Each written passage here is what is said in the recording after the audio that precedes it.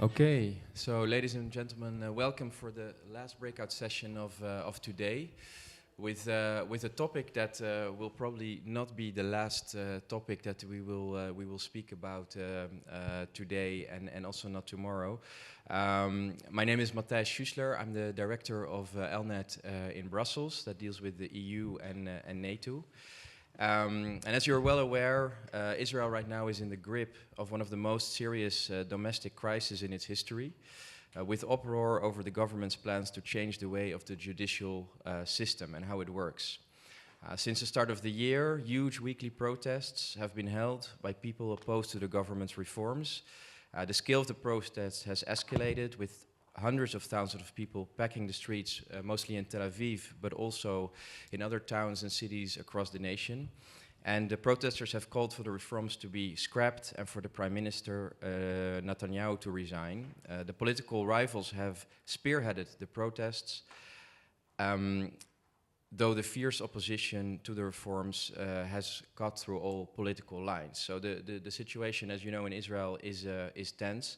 And during this breakout session, we will discuss, what these proposed judicial reforms are really about. We will go into a bit more detail than we just listened to in the plenary hall, and we will also see what we can learn and how we compare with other countries in Europe, and what their views are on this development in Israel.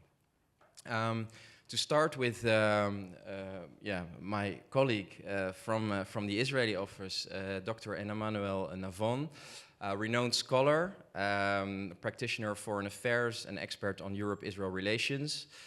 He's teaching at Tel Aviv University as a professor, Reichman University, and the IDF National Security College. And among many publications, wrote a latest book, The Star and the Scepter, A Diplomatic History of Israel. I can definitely recommend it to you. Happy to have you with us, Emmanuel, again, director of the ELNET office in Tel Aviv. So I will kick off with asking you the first question and opening the floor. And maybe you can lay out the current situation from the Israeli perspective. The recent events have been unfolding rapidly. The situation is complex and polarized.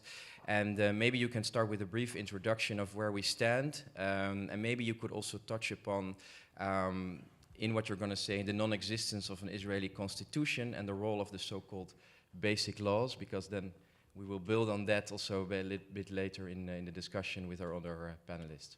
Please. Right, thank you, Matthijs, and welcome to all. So, as you know, Israel does not have a written constitution. Technically, neither does the UK, but we have, I would say, you have a more civilized political life in your country and more respect for tradition.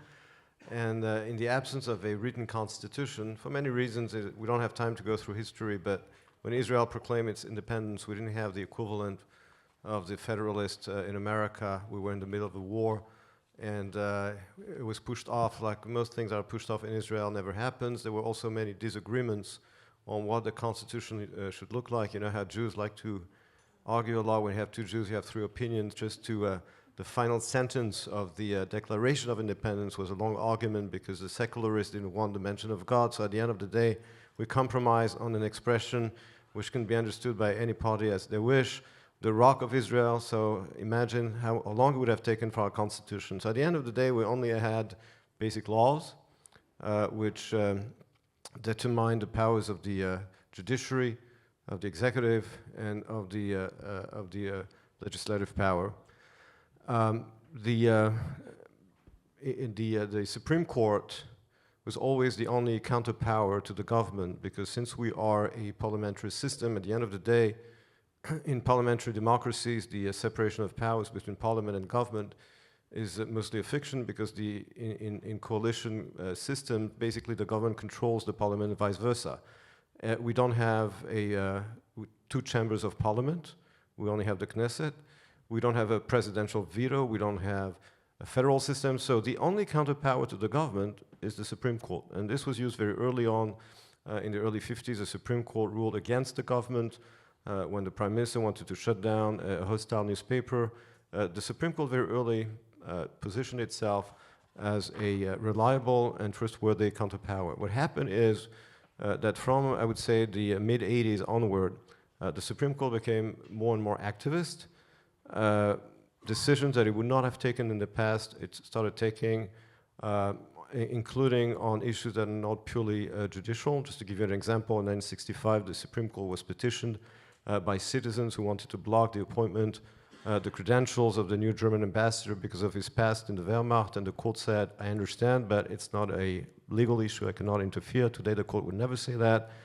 And when Israel passed the two new basic laws in 1992 on fundamental freedom and freedom of occupation, then President of the Supreme Court, Aaron Barak, declared, based on those two new basic laws, a constitutional revolution, and 3 years later, in 1995, declared that the court could strike down regular legislation based on those basic laws. And basically, the court declared unilaterally that all of Israel's basic laws constitute a constitution.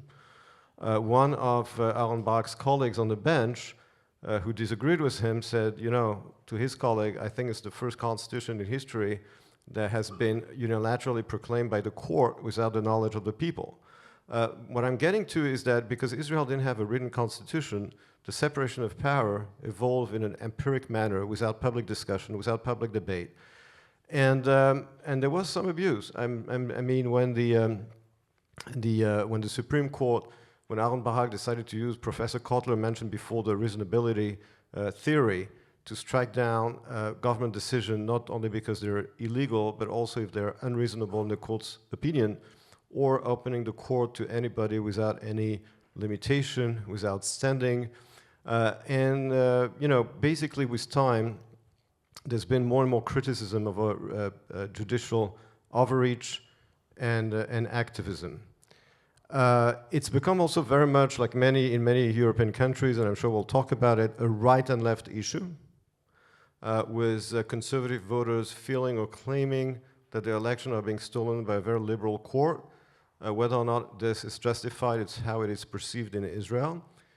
And therefore, you do have this proposal by the current government to overhaul the system, but, and here I completely agree with Professor Kotler to what he said before, instead of bringing some balance to the system where currently, basically the court ends up having the last word, even on a matter of policy, instead of having a public debate on how to finally have either a constitution or a basic law on the separation of power in Israel, we're having a radical proposal that instead of bringing balance, would replace one balance with another, where from a overreaching court and judicial activism, you would basically have a de facto cancellation of judicial review, of the ability of the government to really legislate any legislation struck down by the court, and basically to politicize the appointment of the court.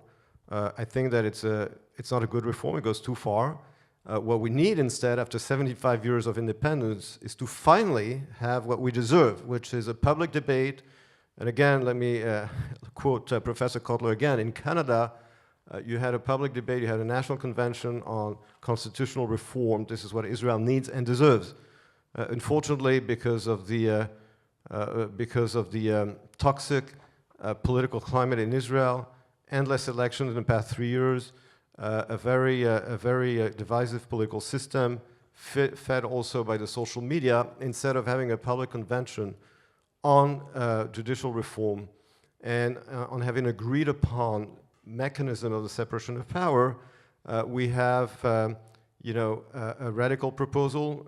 People on the streets who oppose any kind of reform, any change to the system is immediately described as a path to dictatorship. It's of course very excessive, and I think that to finish, we need and deserve a public debate.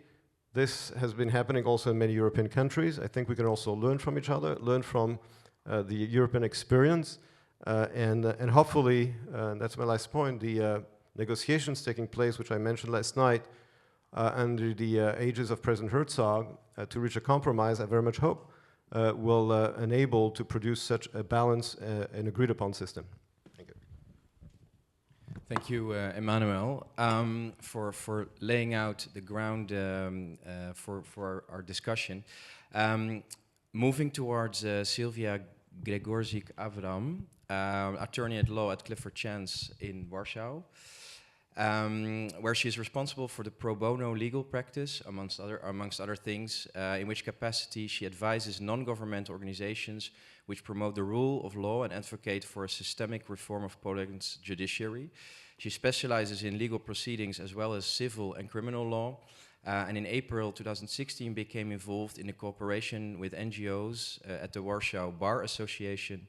In recognition of her legal and public activity, you were chosen the Maurice R. Greenberg World Fellow at Yale University, and you're a member of the board of Zbigniew Holda Association, where you ran the Constitutional Week, a nationwide initiative of lawyers who give lessons about Polish constitution in primary and secondary schools. Very happy to have you with us. Thank you for this extensive introduction. Good evening, good morning, everyone. What it does not say, apparently, is like I'm a human rights lawyer, basically. So what I do for the last 6, almost 7 years is I do represent Polish judges either in ECJ or near Strasbourg, and I do represent them in various disciplinary proceedings they are now facing in Poland due to those, because of those so-called reforms. And a short disclaimer, I'm not an expert on Israeli law. I've not mentioned the politics. So what I'm going to say, this is my understanding, how I understand that. You can, of course, have a different opinion. And let me start with the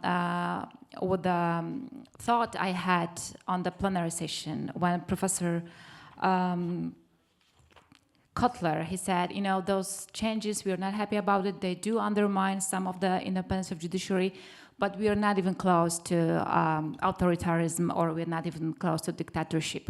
Well, I wonder where you can draw the line, because it's really tricky. It never happens overnight, but I can assure you that the attack on the courts, it's the first step in every country, in Poland and in Hungary, to move towards authoritarianism system. So the second step would be first the courts, the free media, the civil rights, the electoral system, right? So I understand that the law was not introduced yet, and we can now tell it is not that bad when we do need reforms, but it's really tricky how fast it can happen, and this is like a boiling frog. So you can just, you know, introduce one law after another, and then you find yourself in a very difficult position. But if I may just do some comparison, I just read a lot about Israeli justice system. That was really interesting. So I do see some similarities. So the first rule, if you want to hijack the country, if you want to, you know, take control over the citizens, what do? You do take control over the Constitutional Court. Always. And if you have that, you can pass any law you want.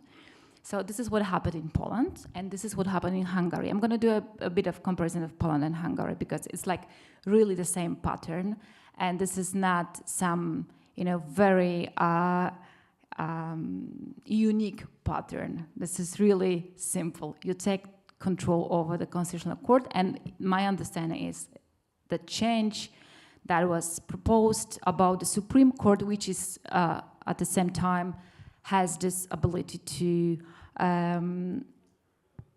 undermine and nullify the law that is not according to the basic laws, right? So I would say that would be the first similarity I see. And in Poland and in Hungary, the Constitutional Court is totally a hollow institution now. It works for the government only. And it happened by changing the law, meaning that in Poland they decided not to appoint the legally appointed judges by the previous government, and in Hungary they changed the law. They simply increased the number of the judges, and they took the control. The second similarity with Poland and Hungary, I would say, it's the Judicial Selection Committee. The reform was about to change the way and the structure of this judicial selection committee by increasing the number of members to 11, so adding the loyal people there. And what does the committee do? Obviously, this is the institution, really important one, that appoints the judges, promote the judges. So if you have that, you can just, add to the system, pump to the system the loyal people, the one you want, the one you don't want, you just, leave behind. And this is what happened in Poland and in Hungary. See, this is like exactly the same pattern. So in Poland, they have changed the law about National Judiciary Council, and they simply broke the constitution by that, and just, now the politicians are appointing 23 of 25 members of this council. And in Hungary, they've created a whole new institution, the National Judicial Office, which appoints and promotes judges, and they have full control over that. So I would say this is again the similarity. The third one would be the message that was sent to the citizens. Correct me if I'm wrong, but I read that the Prime Minister once said, or he was repeating, okay, so the judges, those are elites chosen by themselves. And this is, again, what happened in Poland. In Poland, we had smearing campaign pending against judges, picturing them as so-called elites and thieves and you name, other horrible words, literally having billboards all over Poland against judges to undermine their authority among people. And the fourth one, I would say the Prosecutor General Office, and again, correct me if I'm wrong, but as far as I understand, in Israeli, this is the chief prosecutor. It's a legal advisor to the government, and it's it used to still is the prosecutors, the legal advisors. They kind of are guards of the basic law, and the changes that were about to enter, that they introduced, they've changed that. So they took the power from the legal advisors, and their opinion wouldn't be binding anymore, right? So the prosecutor office was changed in Poland in a very extensive way. It's totally politicized institution, and it works only in favor of the government. So that would be my first thoughts about similarities. You may not agree with me. This is my understanding how it would work in Hungary if those change. And the last sentence. So having said that, this is not my personal opinion only as a human rights lawyer. We have that confirmed by several judgments of ECJ and European Court of Human Rights. We have several judgments about National Judicial Council, about Supreme Court and disciplinary chamber. So this is not my personal opinion. This is how the EU sees that. This is how the Human Rights Court sees that. Thank you, Sylwia, for these very interesting remarks. Moving to Lord Tom Watson. First of all, I would like to start with congratulating you with the new king. We at least we watched it at home last weekend, and my son, who's almost 4, was really impressed, and the parents as well. So congratulations with that. You were former deputy leader of Labour Party, a former politician. You were shadow secretary of State for Digital and Culture and Media and Sport. And as a member of Labour Party, you were member of Parliament for West Bromwich East. And since 2022, you are a member of the House of Lords.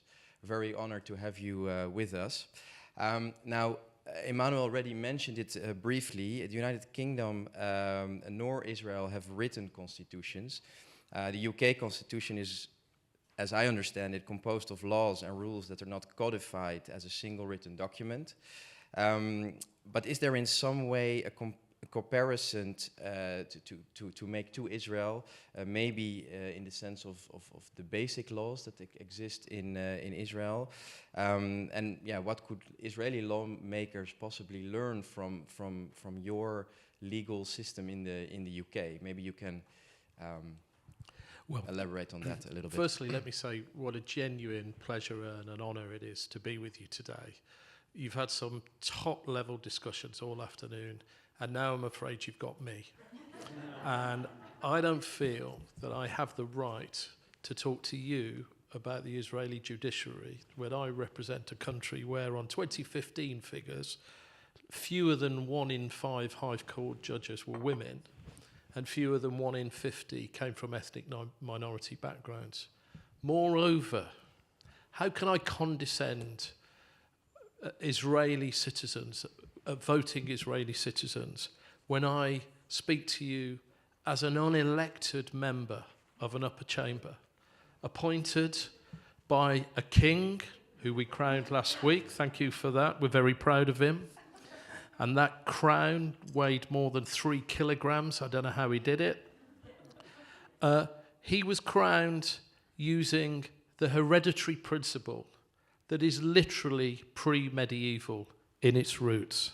So who am I to talk to you about a fair constitution and constitutional change?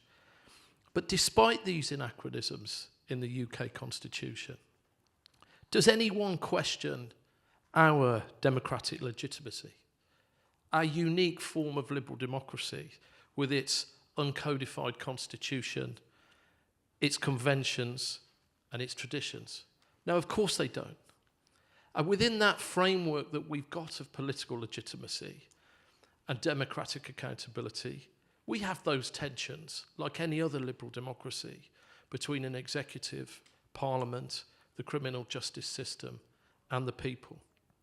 Right now, we have a former prime minister being investigated for breaching a law that his own government introduced during COVID. There's a public debate raging as we speak about the use of new arrest powers from our police in the criminal justice system around the King's coronation. And it comes down to the rights of protesters to disrupt civic and commercial life. It was VE Day in France yesterday, and there was that magnificent parade down the Avenue des Champs-Élysées. Could you see the protests on the media? No, because the French system values those state occasions such that there was access restricted to those events. And yet in Israel, you have the right to protest in a way that makes global headlines. Let's reflect on that a little bit before we go into the detail. I think that's important. Why is it important to me? It's important to me because I grew up learning that Israel was the only liberal democracy in the whole of the Middle East. It's the only country amongst 400 million people across 24 states with free and fair elections, a canon of human rights, a legal system that protects them, and the right to protest against a government if you disagree with it. And I remember my first visit to Israel over 30 years ago, just as the Oslo Accords were being made public. We were at the apex of hope. It's my first appearance on CNN when the settlers came down and complained and were protesting outside the Knesset, and it got a little bit, dare I say, complicated, and there was tear gas, and we were running away from it because we were students. We got a little bit too close to where the action was and played an inadvertent role in Bibi's first big interview on CNN, running away on the background. But that's important, isn't it? And it's important because you need to know that this tension that you're seeing now is what happens in all liberal democracies. Am I worried about the judicial reforms in Israel? Of course I'm worried about it.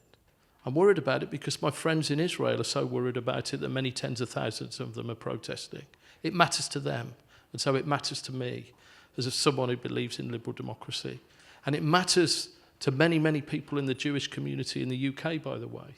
Seldom have I seen the UK diaspora so motivated by this one issue, which is essentially a domestic issue in the country. And if it matters to the Jewish community in the UK and it matters to tens of thousands of people in Israel with voting rights because they protest, it should matter to the government of the day. And I guess if I've got one bit of experience as a 30-year veteran of UK politics, it's this idea that all constitutional change in all our liberal democracies needs to be handled with care. Our liberal democracies are a fragile thing. We've been in talks all afternoon about how in Europe we've taken peace, security, and liberal democratic values for granted. And yet now we have war at the very heart of Europe that surprised us all. And that's why it's concerning people, because of those values that sit behind our liberal democracies. The lessons we've got in the UK, we've had big constitutional change in the last 30 years. We devolved power from Westminster to our nation states in Scotland and Wales. It took a long time. No one party implemented their plans. No one executive implemented their plans. It took a constitutional convention involving hundreds of civic organisations, thousands of discussions like this that we're having today, before a percolation of the best ideas could form the change that people coalesced around. And so if I've got one idea, it's there needs to be a synthesis of ideas. And we saw that with the eminent professors that gave us their two different perspectives in the plenary session earlier. And I would hope that the stimulation of debate in sessions like this could lead to a synthesis of ideas that allows the Constitution of Israel to change gradually. You should never revolutionize constitutions. You should evolutionize. Thank you, Tom, for your comments. Yes. Before I will ask any questions, Emmanuel, would you like to reflect on what was said by our two panelists from the Israeli perspective? So first of all, you almost quoted an article I wrote recently that says Israel needs evolution, not a revolution. So I agree with the formula. Next time I'll cite you. So I totally agree with that. And I think regarding the Supreme Court, I agree with you that the precedent is always to start with the Supreme Court, to present it as an elitist system and almost as the enemy of the people. And of course saying, judges appoint themselves, etc., etc. Not to say that, there isn't room for changes and debate about the way judges are appointed. I don't think there's one correct way of appointing judges. Just so you understand very briefly, in Israel, judges for the Supreme Court are appointed by a committee made up of 9 people, 2 members of the government, including the Ministry of Justice, a member, MK from the opposition and 1 MK from the coalition, 2 representatives from the Israel Bar, and 3 judges from the Supreme Court, including the president of the court. Now, it used to be until 2008, I mentioned yesterday our keynote speaker, Gideon Sa'ar, promoted legislation in 2008, because before that, before 2008, you only needed a simple majority of 5 out of 9. And that's why, since you had 9 judges and 2 members of the bar, and the 2 members of the bar would always team up with the judges, it did end up that the judges actually appointed the judges because they always had an automatic majority. And just to give you one example, I think it was in 2005 or 6, one leading candidate for the court was Professor Ruth Gavizon, who was impeccable liberal credentials, but she was also very critical of the judicial activism and overreach of Aaron Barak, of Justice Aaron Barak. And he said very clearly, "Over my dead body she'll never enter the court," because she's critical of judicial activism. In 2008, MK Gideon Sa'ar changed the mechanism by making it mandatory to have a majority of 7 out of 9. And therefore now you do need a compromise between the judges, the politicians, the lawyers, and it has enabled more conservative-minded ministers of justice to block activist candidates and to nominate more moderate ones. So that's a change that I think is welcome. Unfortunately, of course, the one that is proposed by the current coalition would actually give only a veto to the politicians. I think that currently we have a pretty balanced system. It can still be discussed. Do we need 2 members of the Bar Association or not? Or should we have instead members of academia? This is open to discussion. But I do think that currently, since the change of 2008, we have a mostly balanced system that has proven itself. Yeah, and an argument that has also, one of the arguments that has been made by the people who are proposing the reforms is that the voters elected this government on the promise of this reform of the judiciary because it considers as an interfering too much with the legislation that is passed in a democracy that is elected in the Knesset. And on top of that, it is, as we discussed, an undemocratic way how those judges are appointed. So basically, the democracy argument. Sylwia, from a legal perspective, how do you look at that? What is your... That's the favorite argument of the government, and this is how they actually changed the law. So they told people, the justice system needs to be reformed. And I'm sure that if I ask you, I don't know from what country you are, but if I ask you, should you reform the justice system in your country? Probably a vast majority of you say, of course, I would just change this and that, and this is really good, ground to give such argument to the citizens. And in Poland, what also happened besides the smearing campaign I told you about, they also, believe me or not, they were using the argument that the judges, they are not only corrupted, but they are still communists. So in a country like Poland, it's still apparently a good argument to sell. Not to mention that the average age of the judge in Poland is 40, so it's technically not possible, but still the citizens bought this argument. And I fully agree that the justice system in Poland needs reforms, but needs like regular reforms and needs to be more, progressive, more open to the citizens and so on, not mention the electronic system of the courts and but you can't do that by just breaking the core values, which is like independence of judiciary. And I fully agree that you can think about 1,000 ways of appointing judges, really. You can just change it in any way you want. But there's only one condition. The politicians can't have the full control of the appointing of the system of appointing judges. They just can't, because if they have it, they have control over citizens. This is that simple. And with the National Judiciary Council, we were lucky because we took this to the courts, and we went to ECJ. I personally went to ECJ, and I was representing Supreme Court judges there in front of the Great Chamber, arguing that those so-called reforms, the way they're about to appoint the judges are not according to the EU law. And we have that, so we have like an institution that can actually verify in context of the EU values, right? With both of the countries, I'm sorry, it's not possible anymore. So this is, and the last sentence, the most difficult part of it is the citizen at the very end of this tunnel, who doesn't understand now what is going on, and who doesn't understand the full link between the judiciary system and politicians taking control over it.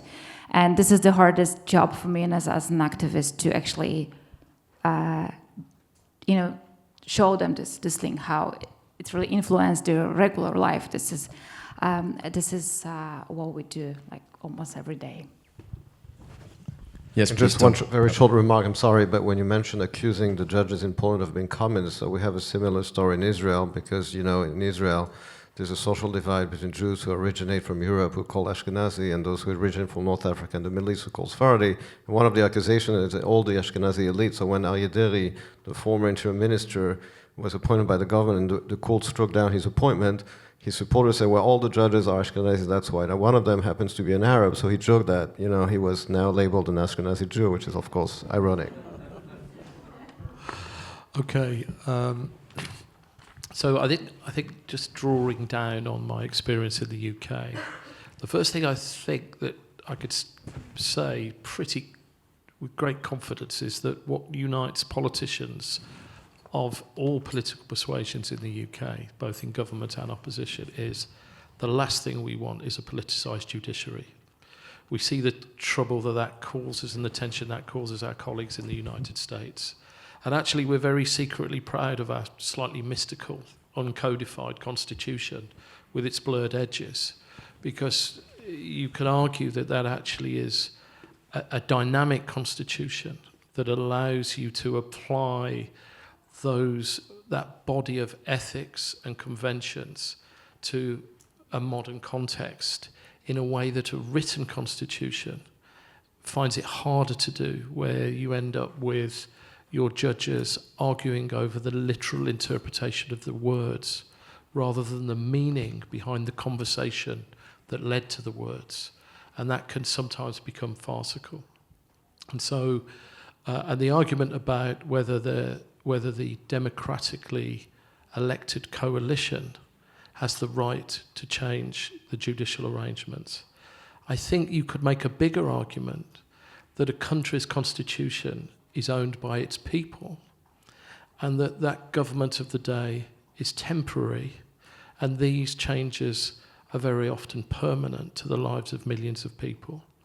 And have you got a majority of voters that specifically express their will when it comes to that level of constitutional reform? I don't know about the context in Israel, but I think I could probably say that situation does not exist in this context, and which is why we've got this very feverish debate.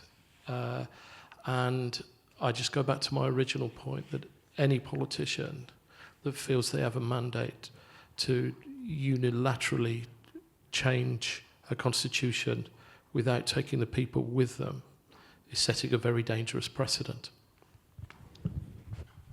Thank you, Tom. And if I just may add on it a little bit before I open it for questions for the room.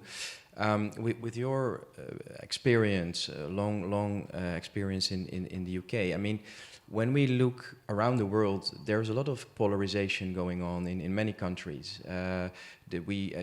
If I'm looking at Europe, also in my own country, in the Netherlands, the traditional center is more or less evaporated. The political debate is becoming more and more polarized. How do you break that deadlock, especially when you're looking at having a constitutional debate, as you mentioned earlier on? Well, in the UK, if I use the Scottish Parliament and the Welsh Parliament example, which is a different context, but it does show how we approached it. Firstly, we took our time over it. We devolved power to Scotland, and that was, some would say, a centuries-old debate, but certainly it was a contemporary debate that had lasted decades before we created a constitutional convention.